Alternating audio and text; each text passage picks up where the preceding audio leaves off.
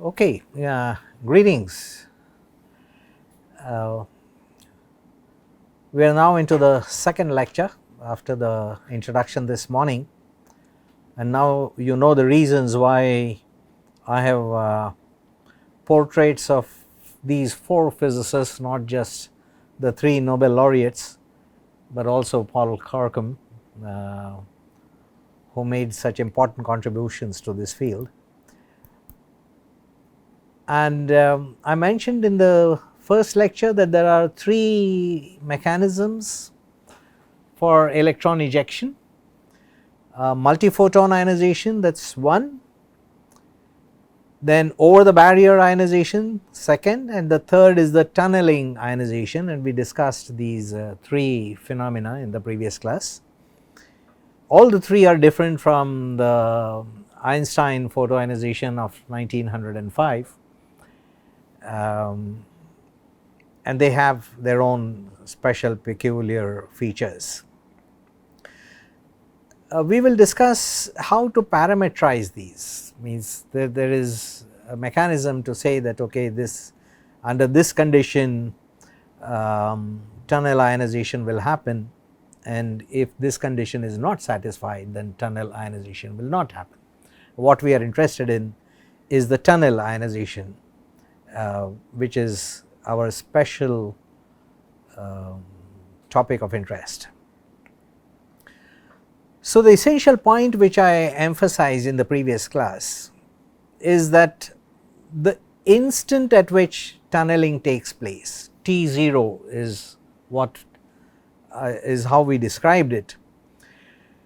This is a signature for the photoelectron momentum, and this goes into the eventual kinetic energy which the electron picks up from the laser field, and on recombination it is the energy which the electron has acquired during its travel in the Karcam 3-step model. It is in the step number 2 that it the wave packet returns and recombines with the parent ion,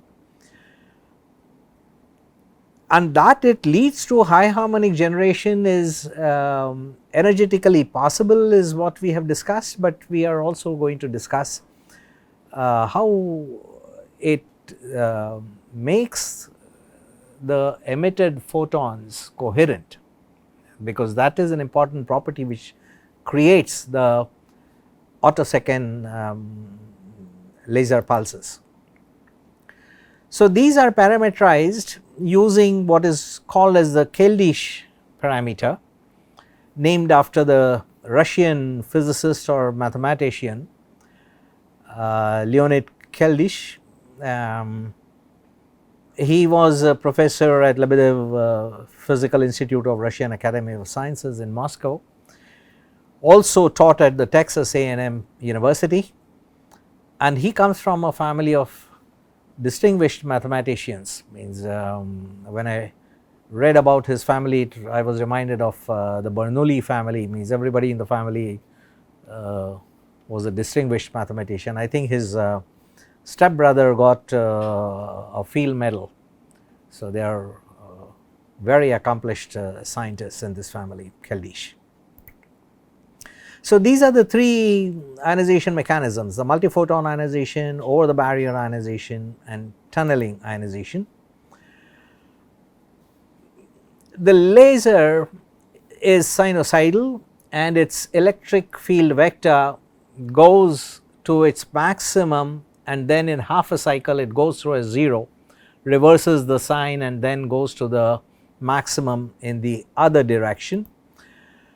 So, everything is happening in this very narrow window in which it is really the electric intensity vector is the maximum. So, it is a very narrow, which is why we are getting attosecond pulses. This laser is in the femtosecond region, but then it is a fraction of this which is involved in the phenomena in which we are interested, which is the generation of the high harmonic generation.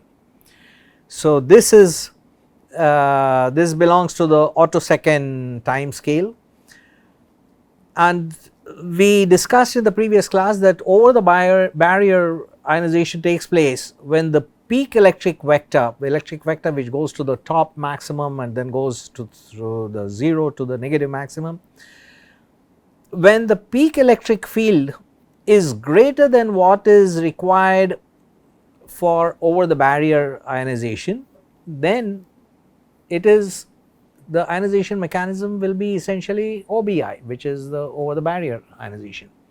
Tunneling is not going to take place at the time because there is no barrier. And when the peak electric field vector of the laser, of the driving laser, is less than the over the barrier ionization threshold. So, there is a certain threshold, and if it is less than that, then of course you will have tunnel ionization. So, the Kildish parameter is defined as the tunnel time divided by the optical time, and optical time is easy to define, it is just the inverse frequency, but the tunneling time is what we will discuss. And if the Kildish parameter is less than 1, then you will have tunneling ionization, whereas if it is greater than 1, you will have multiphoton ionization. So, that is the demarcation, and this figure shows what the threshold is. So, this figure is for a slope generated by the applied electric field of the laser, which is written in the upper right corner, E0 cosine omega t. It is time dependent, it is not static. In the Stark effect perturbation theory that we study, you have a static electric field, whereas over here we have an oscillating electrical field. So, it is going to have that peak value only for a moment, and then it is going to come down again. And we can determine the value at which these two will become equal, and this is what I subscript this distance as Bs for barrier suppression. When the barrier suppression is exactly right, so that these two forces due to the atomic force and the one due to the applied driving electric field of the laser, incident laser, are equal in that very narrow time moment, and these forces are just the negative gradients of the corresponding potentials. So, you equate these potentials, and where they are equal, you get the value of the distance from the center, which I have marked as ZBS. This axis is either Z or X or whatever you call it. It is just a one dimension projection of the 3-dimensional problem. And this value is given by the equation that is highlighted in the yellow, which is for Z square, and its square root will give you the corresponding value. You can write it in atomic units, for which is how most physicists do physics. And then at that particular value of Z, which is ZBS for barrier suppression, that is just enough. What is the value of the potential? And that potential, and this is the key relation, that potential is equal to the ionization potential, VIP or epsilon 0. This is the binding energy.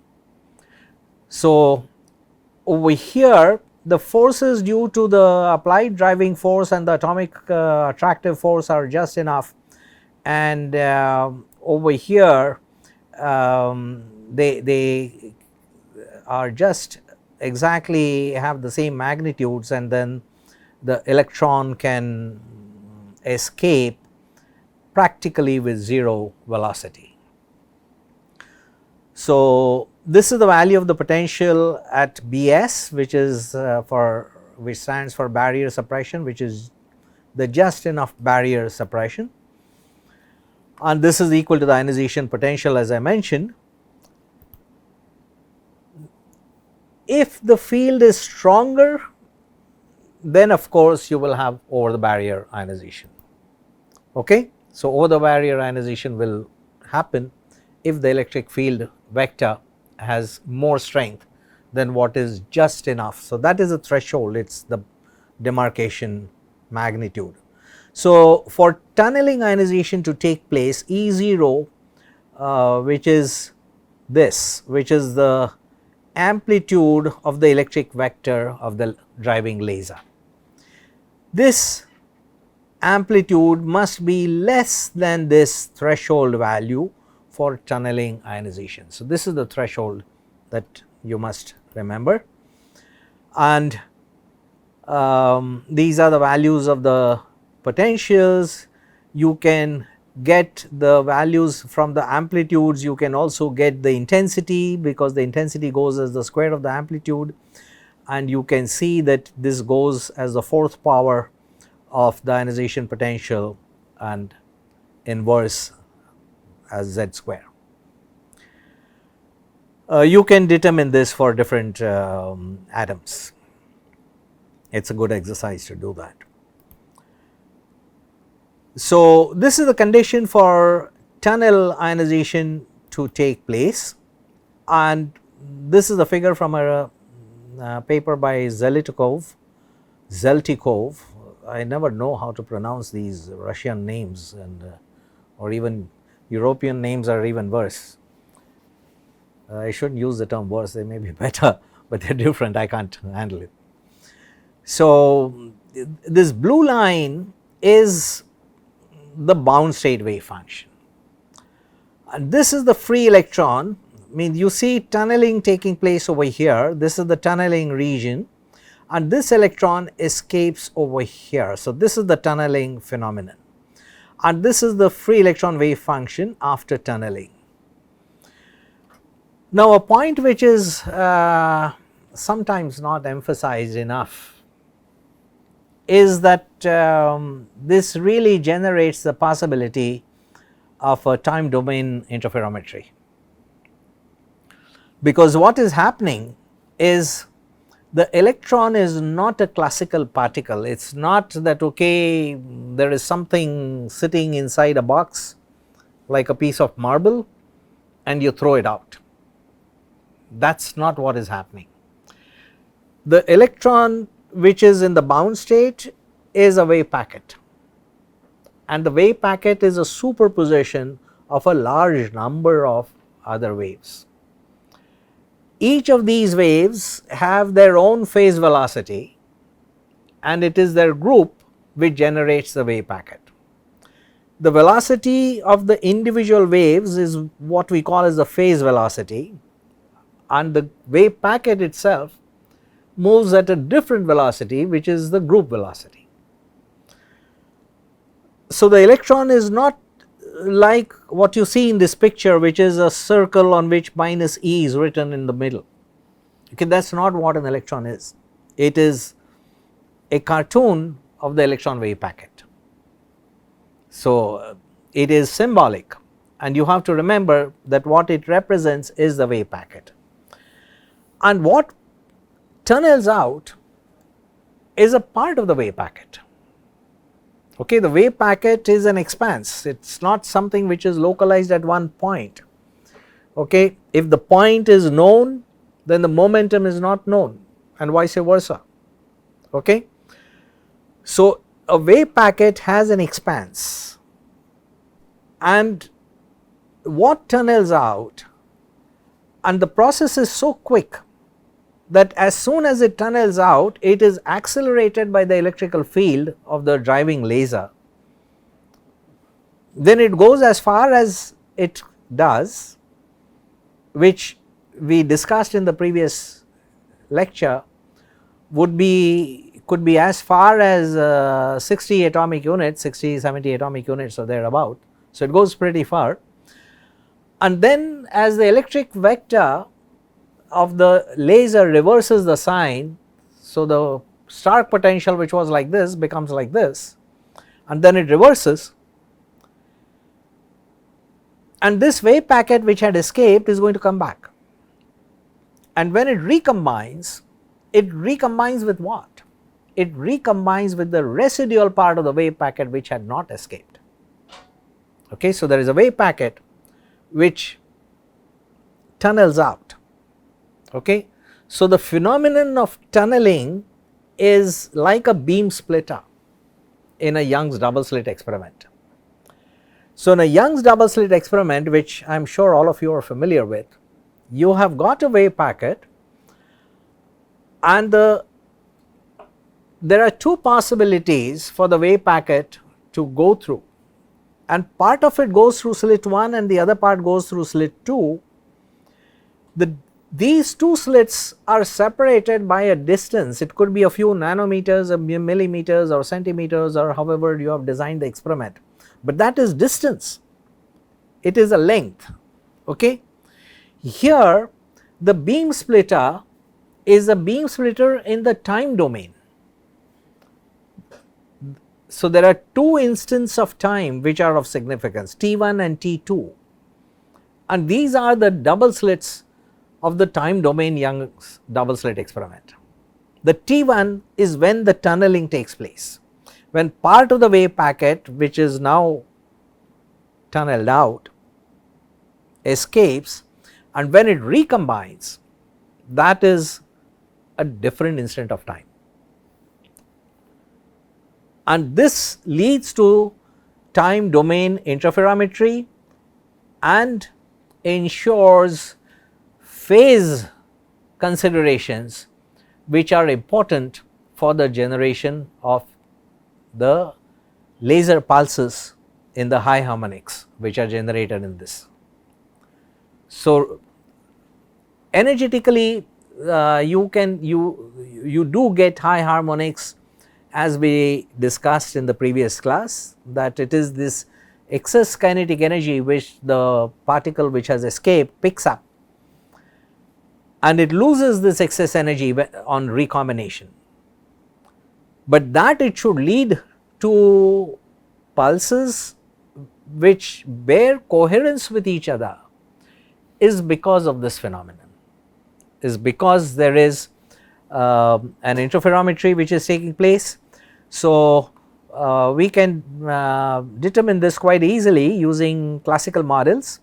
So, this is the electron which is tunneling out, and its kinetic energy over here would be the ionization potential. It just comes out with just that energy, nothing more than that, and that gives you the velocity at which it comes out, which is the square root of twice epsilon 0 over m. Okay. So, that is the velocity, and the tunneling time which goes into the Kildish parameter which we discussed. The Kildish parameter is the ratio of the tunneling time to the optical time. So, the tunneling time is just the distance the electron travels divided by the velocity at which it comes out. So, it is just z over v, and z we have determined earlier by comparing the field strengths due to the Stark field of the laser and the atomic field. By equating those two, we get the value of z at which they become equal. So, that gives us zbs, and this model gives us the velocity, and the ratio now gives us the tunneling time. So, now we can determine the Kildish parameter very easily, because it is just the ratio of the Kildish parameter to the optical time. So, it is many authors define it not as tau over t, but as 4 pi tau over t. I have used the symbol tau for two different things, but I hope it does not cause any confusion. In the previous class I talked about tau as the time it takes for the electron to go and then come back and recombine. So, that is a different tau, but here it is a different context. So, there is no reason why it should lead to any confusion. So, you have some people define the Kildish parameter as tau over t, and some people define it along with 4 pi, but that is just a matter of some conventions by different authors. And you determine this this time, the tunneling time, and you have the Kildish parameter. So, it depends on these factors. M and E are of course constant. So, it depends on the frequency and the ionization potential and the amplitude of the electric vector of the incident laser. The intensity of course goes as the square of this amplitude, and if you take a simple case of the hydrogen atom, then half an atomic unit is the ionization potential, Z is equal to 1. So, you can find that the intensity is of the order of 10 to the 14 watts per square centimeter, and you can determine this for different gases. You can do these calculations yourself. And we are looking at a very rapid process because you're having a femtosecond driving laser, but then you are looking at a fraction of what is happening during its cycle. So, that is what gives you attosecond pulses. Yes. So, we are discussing that there is an interference between the residual part and the incoming electron. Yeah. So, do we associate a polarization vector for this interference of? Yeah, you can, because you know it is an interference phenomenon essentially, but I will discuss certain aspects of that. So, like I mentioned, there is an alternative definition of the Kildish parameter, which is just tau over T, and this is the condition for tunnel ionization as opposed to multiphoton ionization. So, I want to discuss this aspect of this phenomenology which overlaps with time domain double slit interferometry. Now, what the temporal slits we are talking about, these are brief windows in time within the cycle of within the optical cycle of the driving laser, which is inducing the ionization, and the phase at which this is happening, because this could happen at different any time the intensity is not at the peak. So, during that cycle it can happen at different instants of time, and at what specific instant of time it happens is mapped into the photoelectron momentum, okay, which is the momentum of the electron which escapes. So, this is not the photoelectron of the Einstein model, but I am using this term to represent the part of the wave packet which is tunneled out. So, this determines the photoelectron momentum and therefore also its kinetic energy, and then it picks up additional energy through this ponderative interaction with the driving electric field. So, the instant of ionization is mapped into the momentum of the photoelectron, and that instant has got the signature of a phase, because it is happening at a specific instant of time, but it is not a single instant of time, it can happen at multiple times whenever the electric field is not at the peak. Okay, it has to happen only when the electric intensity is less than the peak, less than the amplitude, that is the condition. So, you will therefore get photoelectrons coming out with various different momenta, but all of these different momenta will carry the signature of the instant at which that wave packet which has tunneled out was born. So, the birth time of the escaping electron is there as a signature, and it also has the signature corresponding to all phase relationships, and nothing else is happening during its travel. It now travels under the driving electric field of the laser, picks up additional energy, gets accelerated, it reverses its motion because the electric field which is sinusoidal goes to a maximum, comes to 0 and then becomes negative. So, the interaction, the Stark field which was like this in our figure becomes the other way around, and then it reverses. So, the phase is preserved in all of this. the signature of the phase which was there in the moment of birth is preserved, and it is this information which is there in the returning wave packet at the instant of recombination. So, classical electron trajectories, that model works quite alright, and when it comes back. So, this is the different tau that I am talking about, wave packet recapture at T0 plus tau in the Paul-Corkum 3-step model, and this is what leads to interferometry. So, I would like to comment a little bit about this, and this is a nice figure from an article by Corkum and Ferenc Krauss.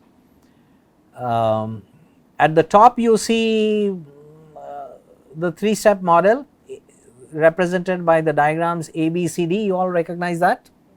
Okay. So, I do not have to explain that. The lower figure is also self-explanatory. It represents tunneling.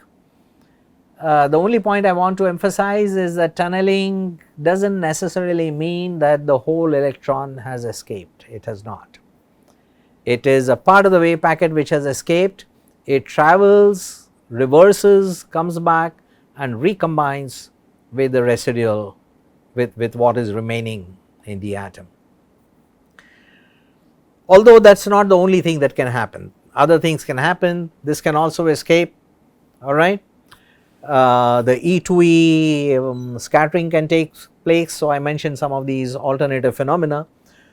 So, our focus is on the high harmonic generation where it comes back and recombines, and this figure caption is very informative, but it is difficult to read. So, I have rewritten it over here. So, these are the three things which can happen. The returning wave packet may scatter elastically.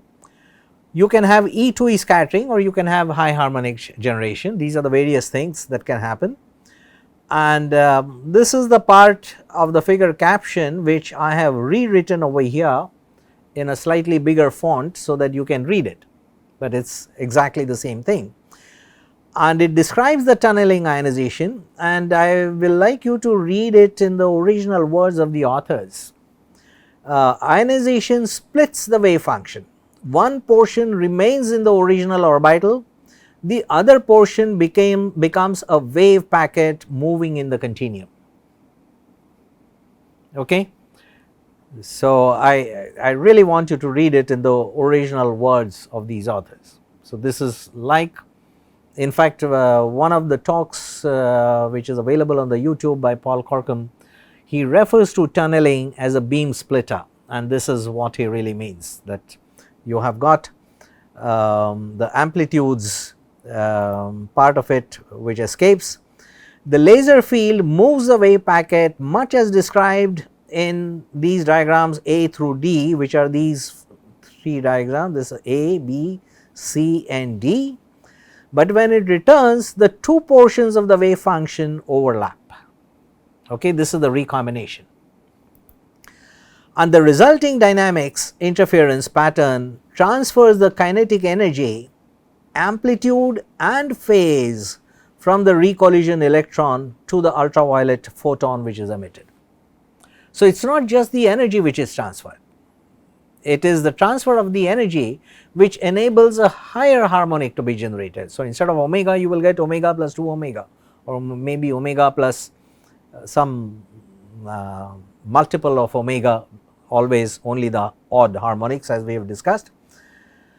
But what is transferred is not just the kinetic energy, but also the amplitude and the phase, and that is important because that is what generates the attosecond laser pulses. So, this is an extremely important aspect of high harmonic generation. There is nothing new on this slide. I have only recompiled the formulae we have seen earlier on the previous slides.